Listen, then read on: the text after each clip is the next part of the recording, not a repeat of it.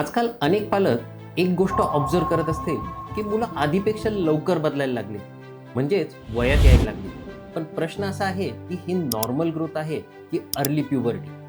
बहुतेक वेळा पालक कन्फ्युजनमध्ये असतात, कारण बदल झालाय आणि तो दिसतोय, पण तो योग्य वयात आहे की हे कळत नाही. सगळ्यात आधी हे समजून घेऊयात, प्युबर्टी म्हणजे शरीरात होणारे ते बदल जे मुलाला ॲडोलेसंट फेजमध्ये नेतात. पण हे बदल जर खूप लवकर सुरू झाले तर त्याला अर्ली प्युबर्टी म्हणतात. आता वॉर्निंग साइन्स काय आहेत ते बघूया. मुलींमध्ये 8 वर्षांपूर्वी ब्रेस्ट डेव्हलपमेंट सुरू होणं, अंडरआर्म किंवा क्युबिक हेअर येणं, अचानक हाईट वाढणं, मूड चेंजेस दिसणं. मुलांमध्ये 9 वर्षांपूर्वी टेस्टिक्युलर एनलार्जमेंट, व्हॉइस बदलणं, बॉडी हेअर येणं, ॲग्रेसिव्ह बिहेवियर होणं. हे सायन्स दिसले म्हणजे लगेच पॅनिक होण्याची गरज नाही, पण इग्नोर करणंही योग्य नाही. आता एक महत्त्वाचा प्रश्न, हे का होतं? काही वेळा जेनेटिक्स कारणीभूत असतं, पण आजकाल लाईफस्टाईल फॅक्टर्स खूप मोठी भूमिका बजावतात. जसं excessive screen time, obesity, processed food, hormonal imbalance.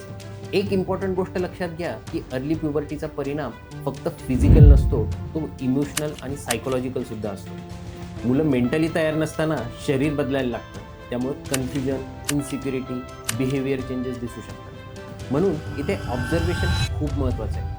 तुम्हाला फक्त बदल दिसत आहेत की योग्य वयात दिसत आहेत हे लक्षात घ्या. जर तुम्हाला असं वाटत असेल की हे चेंजेस खूप लवकर वयात सुरू झाले आहेत, तर वेट करू नका. पीडियाट्रिशियन किंवा चाइल्ड स्पेशलिस्टशी कन्सल्ट करा. अर्ली इव्हॅल्युएशन केल्याने पुढचा प्लॅन क्लिअर होतो. आता एक प्रॅक्टिकल गोष्ट करा. तुमच्या मुलाचं वय आणि त्यात दिसणारे बदल एकदा शांतपणे कम्पेअर करा. नॉर्मल आहे की अर्ली आहे हा प्रश्न स्वतःला विचारा. जर डाऊट असेल तर कमेंट करा किंवा DM करा. कारण अर्ली प्युबर्टी हा छोटा विषय नाही आहे आणि योग्य वेळी ॲक्शन घेतली तर पुढचं मॅनेजमेंट सोपं होतं.